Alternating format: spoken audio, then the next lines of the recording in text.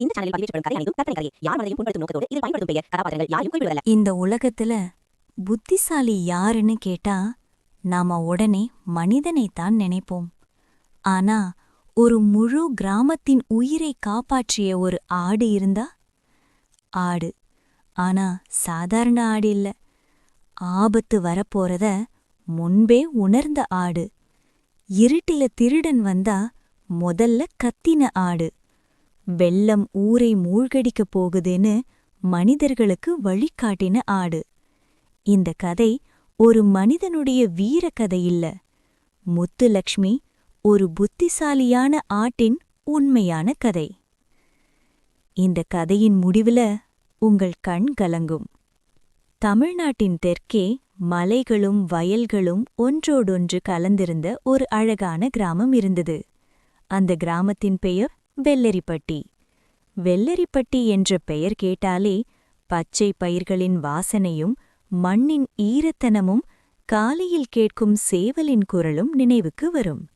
இந்த கிராமத்தில் பெரும்பாலான மக்கள் விவசாயம் செய்து கொண்டும் மாடு, ஆடு, கோழி போன்ற கால்நடைகளை வளர்த்து கொண்டும் வாழ்ந்து வந்தார்கள். அந்த ஊரில் அனைவரும் மதிக்கும் ஒரு முதியவர் இருந்தார். அவருடைய பேர் கருப்பசாமி. கருப்பசாமி வயதில் முதியவராக இருந்தாலும் மனதில் குழந்தை போன்ற நெஞ்சம் கொண்டவர். அவர் வாழ்ந்த வாழ்க்கையில் அதிக பணம் சேர்க்கவில்லை. ஆனால் நேர்மை, உழைப்பு, கருணை இந்த மூன்றையும் சேர்த்து வைத்திருந்தார். அவருக்கு ஒரே ஒரு சிறிய குடிசை வீடு. அந்த வீட்டின் பின்னால் சிறிய தோட்டம். தோட்டத்தின் அருகில் ஒரு குட்டி ஆட்டுக்கொட்டகை. அந்த கொட்டகையில்தான் இந்த கதையின் நாயகி வாழ்ந்தாள். அவள் ஒரு சாதாரண ஆடல்ல. அவளின் பெயர் முத்துலக்ஷ்மி. முத்துலக்ஷ்மி பிறந்த நாளிலிருந்தே மற்ற ஆடுகளிலிருந்து சற்று வித்தியாசமாக இருந்தாள். பிறந்த சில நாட்களிலேயே அவளுடைய கண்களில் ஒருவிதமான கூர்மை இருந்தது. சுற்றி நடப்பதை கவனமாக பார்த்து கொண்டிருப்பாள். மற்ற ஆடுகள் புல் கிடைத்தால் அதையே மேய்ந்து கொண்டிருக்கும். ஆனால் முத்துலக்ஷ்மி, இந்த இடத்திலிருந்து இன்னும் நல்ல புல் கிடைக்குமா என்று சுற்றி பார்த்துவிட்டுதான் மேய்வாள். கருப்பசாமி ஆரம்பத்தில் இதையெல்லாம் கவனிக்கவில்லை. ஆனால் நாட்கள் செல்ல செல்ல இந்த ஆடு மற்ற ஆடுகளை விட வித்தியாசமாக நடக்கிறது என்பதை உணர ஆரம்பித்தார். ஒரு நாள் காலையில் கருப்பசாமி ஆடுகளை மேய்ச்சலுக்கு அழைத்துச் சென்றார். அந்த வழியில் ஒரு ஆழமான பள்ளம் இருந்தது. அந்த பள்ளம் புதிதாக வெட்டப்பட்டிருந்ததால் மண் சரிந்து விழும் அபாயம் இருந்தது. மற்ற ஆடுகள் வழக்கம்போல நேராக நடக்க முயன்றன. ஆனால் முத்துலக்ஷ்மி மட்டும் நின்றுவிட்டாள். அவள் முன்னால் போகவில்லை. பின்னாலிருந்த ஆடுகளையும் தன் உடலால் தடுத்தாள். ஏய், ஏன் நிக்கிற என்று கருப்பசாமி கத்தினார். அடுத்த நொடி முன்னால் சென்ற ஒரு ஆடு கால் வழுக்கி பள்ளத்தில் விழுந்தது. அப்போதுதான் கருப்பசாமிக்கு புரிந்தது. அடடா, இந்த ஆட்டுக்கு எப்படி தெரிஞ்சது என்று அவர் வியந்தார். அந்த நாளிலிருந்து முத்துலக்ஷ்மி ஒரு சாதாரண ஆடு இல்லை என்பது அவருக்கு தெளிவாகிவிட்டது. வெள்ளரிப்பட்டியில் ஒரு பிரச்சனை அடிக்கடி ஏற்படும். இரவு நேரங்களில் காட்டிலிருந்து ஓநாய்களும் நரிகளும் வந்து ஆடுகளை தாக்குவது. ஒரு இரவு கருப்பசாமி ஆழ்ந்த தூக்கத்தில் இருந்தார். திடீரென ம ம ம என்று முத்துலக்ஷ்மியின் குரல் வழக்கத்தை விட வேறுபட்டு பயமுறுத்தும் விதத்தில் ஒலித்தது. கருப்பசாமி எழுந்தார். என்னாச்சு என்று பார்த்தார். அந்த நேரத்தில் கொட்டகையின் அருகே ஒரு நரி நிழலாக நகர்ந்தது. மற்ற ஆடுகள் பயத்தில் உறைந்திருந்தன. ஆனால் முத்துலக்ஷ்மி மட்டும் நரியை நோக்கி ஓடி பெரிய கல்லை தன் கொம்பால் தள்ளி சத்தம் எழுப்பினாள். அந்த சத்தம் கேட்டதும் நரி பயந்து ஓடியது. அன்று முதல் முத்துலக்ஷ்மி அந்த கொட்டகையின் காவாளியாக மாறினாள். கருப்பசாமி ஆட்டுல ஏதோ விசேஷம் இருக்கு. அது ஆடே இல்ல, மனித புத்தியோட இருக்கு என்று ஊர் முழுக்க பேச ஆரம்பித்தார்கள்.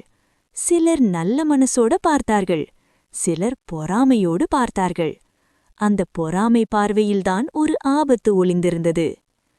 வெள்ளரிப்பட்டியின் அருகில் இருக்கும் பெரிய நகரத்தில் செல்வராஜ் என்றவன் இருந்தான். அவன் பணக்காரன். ஆனால் மனசில் கருணை என்ற ஒன்று இல்லை. அவன் கால்நடைகளை வாங்கி விற்பனை செய்து பெரும் லாபம் பார்க்கும் ஒருவன். அவன் காதில், "ஒரு புத்திசாலி ஆடு இருக்கு, அது ரொம்ப விசேஷமாம்" என்ற செய்தி விழுந்தது. செல்வராஜின் கண்கள் மின்னின. இந்த ஆட்டை என் கையில் கிடைத்தால் நகரத்தில காட்சிக்கு வைத்து பணம் குவிக்கலாம் என்று நினைத்தான். அவன் தன் ஆட்களை அனுப்பினான். ஆட்டின் புத்திசாலித்தனம் முதல் சோதனை. ஒரு இரவு செல்வராஜின் ஆட்கள் ஆட்டுக்கொட்டகைக்கு அருகில் வந்தார்கள். மற்ற ஆடுகள் தூங்கிக் கொண்டிருந்தன. ஆனால் முத்துலக்ஷ்மி விழித்திருந்தாள். அவள் அவர்களின் அடிசத்தத்தை கேட்டவுடன் மெதுவாக மற்ற ஆடுகளை பின்னால் நகர்த்தினாள். தானே மட்டும் முன்னால் வந்து நின்றாள். அந்த ஆட்கள் கொட்டகையை திறக்க முயன்றபோது முத்துலக்ஷ்மி திடீரென சத்தமாக கத்தினாள். அந்த சத்தம் வழக்கமான மே அல்ல. அது மனிதன் கத்துவது போல பயமுறுத்தும் விதத்தில் இருந்தது.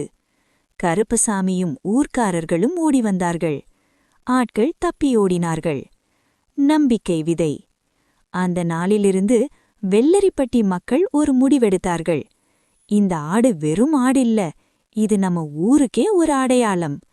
முத்துலக்ஷ்மிக்கு தனி கவனம் கிடைத்தது. குழந்தைகள் அவளோடு பேசினார்கள்.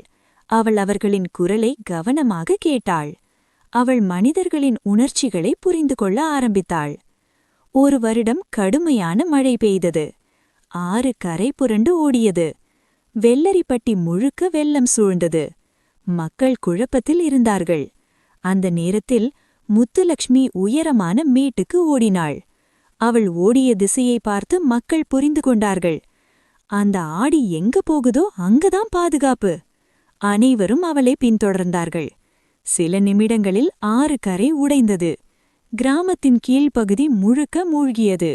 ஆனால் மக்கள் பாதுகாப்பாக இருந்தார்கள். உண்மை வெற்றி. வெள்ளம் இறங்கிய பிறகு அரசு அதிகாரிகள் வந்தார்கள். செய்தியாளர்கள் வந்தார்கள்.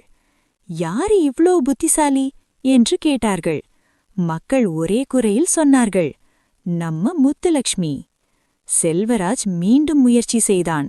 ஆனால் இந்த முறை மக்கள் ஒன்றிணைந்தார்கள். அவன் வெற்றி பெறவில்லை. இறுதி உண்மை. நாட்கள் ஓடின. முத்துலக்ஷ்மி வயதானாள். ஒரு நாள் அமைதியாக கருப்பசாமியின் மடியில் தலை வைத்து அவள் கண்களை மூடினாள். அந்த நாள் வெள்ளரிப்பட்டிக்கு ஒரு துக்க நாள். ஆனால் முத்துலக்ஷ்மி ஒரு ஆடாக மறைந்தாலும் அவளின் புத்திசாலித்தனம், தைரியம், தன்னலமற்ற தன்மை அந்த ஊரின் மனதில் நிரந்தரமாக வாழ்ந்தது. கதையின் கருத்து: அறிவு மனிதனுக்கு மட்டுமல்ல, கருணையுடன் கூடிய அறிவு இருந்தால் எந்த உயிரும் உலகை மாற்ற முடியும். இந்த கதை உங்களுக்கு பிடித்திருந்தால் லைக் செய்யுங்கள். உங்கள் கருத்தை கமெண்டில் சொல்லுங்கள். சப்ஸ்கிரைப் செய்து ஆதரவளியுங்கள்.